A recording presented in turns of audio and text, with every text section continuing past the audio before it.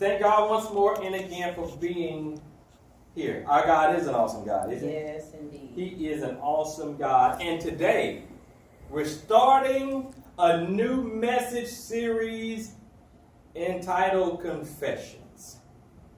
Confessions is a message series that's going to open up our minds and open up some doors. Because we have to understand that certain things are not going to come unless we confess. Confessing is an opening door to the heart of God. And we must be willing to confess to God and also to others so we can grow, so we can develop, so we can be that in which God would have for us to be. And so we're going to deal with this for the next 3 weeks, and there's several areas that we're going to move into in regards to confession. Oftentimes, you're going to find out that a lot of people don't want to do this when it comes to us growing. So a lot of people, it's hard for some people just to say the word, I'm sorry. Yes, indeed. And I'm telling you right there, when you're dealing with someone that can't humble themselves and they just can't say I'm sorry or I confess, that's going to be a hard person to deal with. Because it's hard dealing with someone who can't humble themselves and see themselves wrong and needing improvement. And so we have to really open up our eyes. That's a growth move. Yeah. Okay? That's a move of maturity when a person can confess and say, I'm sorry for what I have done, what I have said. That's a growth move. Yes. That's a move of maturity. And so what does that mean? That means that we as men and women of God must grow and mature. Amen. And a part of that is confessing. Yes. So we're going to move into 2 areas today. We're going to deal with our confession. We'll open up salvation and relationship. And we're also going to deal with what confession allows. Okay? So I pulled out an opening point to the message. And my opening point is, one must confess that Jesus Christ is the Son of God before he can become a Christian.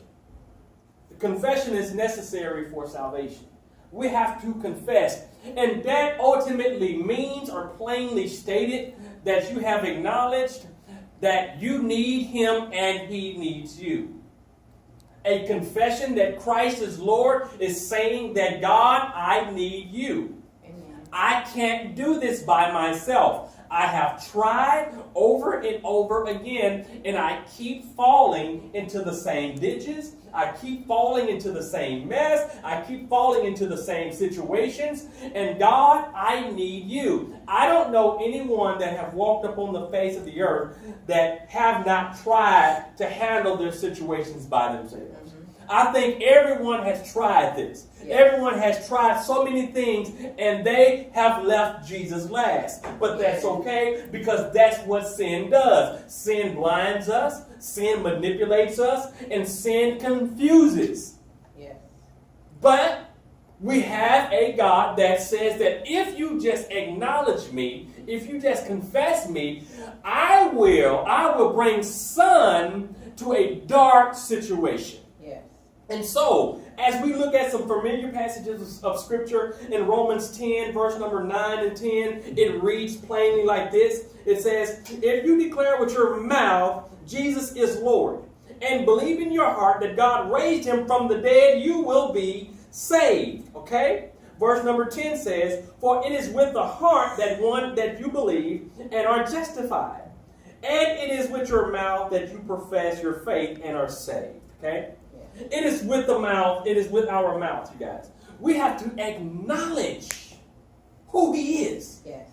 And we cannot be afraid to do that. We have to acknowledge with our mouth on who Jesus is, because we acknowledge with our mouth everything else. That's right. We will tell people who we love and where we work and what kind of car I drive and how much money I make. We will acknowledge everything with our mouth. But when it comes to Jesus Christ, we want to be closed mouthed. We think that we don't have to say anything.